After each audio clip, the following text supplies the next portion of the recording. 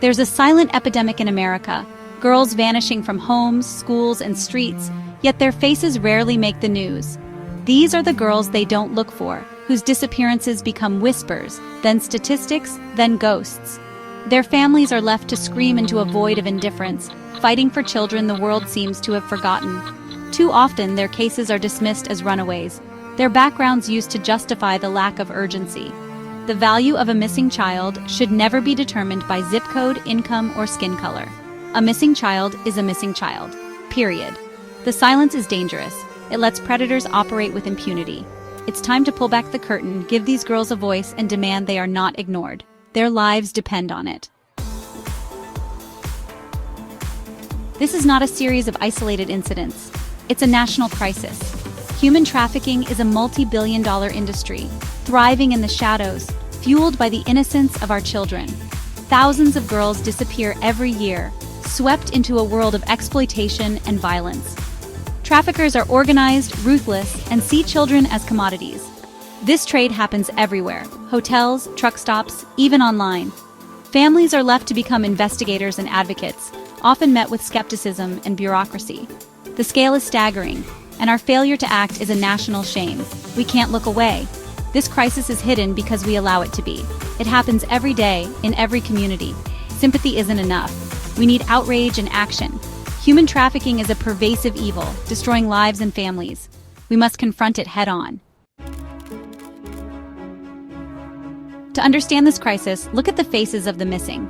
Alicia Navarro, 14, vanished from her Arizona home, lured online, her autism making her especially vulnerable.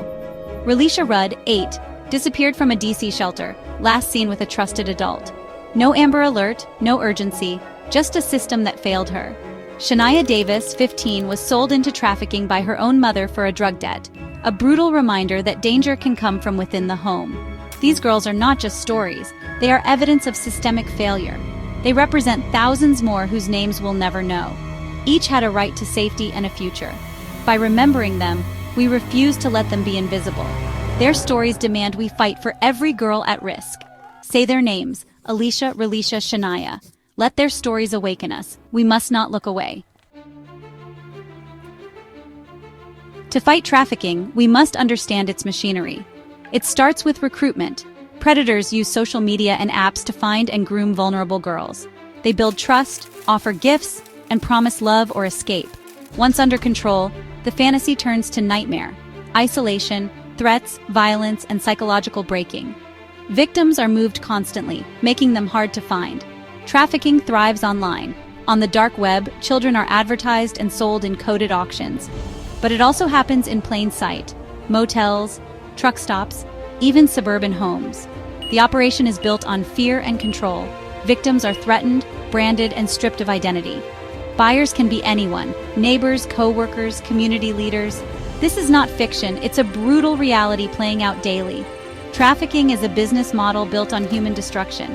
Understanding these mechanics is the first step to fighting back. We must expose and dismantle this nightmare. The biggest myth is that only bad kids or runaways are at risk. Traffickers target vulnerability, not background. No girl is immune. Straight-A students, athletes, girls from wealthy suburbs, anyone can be targeted. The chains are often psychological, not physical. Manipulation, threats, and trauma bonds keep victims silent. Many don't scream for help because they believe no one will help or fear worse consequences. Labeling missing girls as runaways absolves us of responsibility. Trafficking can happen to any child anywhere. We must shatter these myths to see the warning signs in our own communities. This is not about a child's character, it's about predatory evil seeking any opportunity. Every girl is at risk. We must protect them all. When a child is stolen, we expect an urgent response. But too often, families face skepticism and a system that classifies missing girls as runaways, halting real searches. This bureaucratic shortcut gives predators a head start and devastates families. Lack of coordination between agencies lets traffickers exploit gaps and move victims across state lines. We're fighting a modern criminal enterprise with outdated methods. The problem is systemic: a failure of leadership, funding, and political will. Every missing child report should be treated as a potential abduction. We need specialized anti-trafficking units and real accountability. The system isn't just failing our children, it's enabling their captors. We must demand better. The darkness is overwhelming, but we cannot surrender to despair. We must be the voice for the girls they don't look for, the outrage missing from our institutions. This fight starts at home, parents. Talk to your children about online safety and grooming. Build trust so they can come to you without fear. Schools and communities must educate themselves and support families when a child goes missing. Demand more from leaders. Call, write, and push for funding, training, and victim support. Hold the system accountable, from police to Congress. Justice must protect the vulnerable, not just the powerful. Remember Alicia, Relisha, Shania. Let their stories fuel your resolve. Don't let their memories fade. We must be the ones who look for them, who demand justice. Shine a light so bright there are no more shadows for predators to hide in. Let's bring our children home.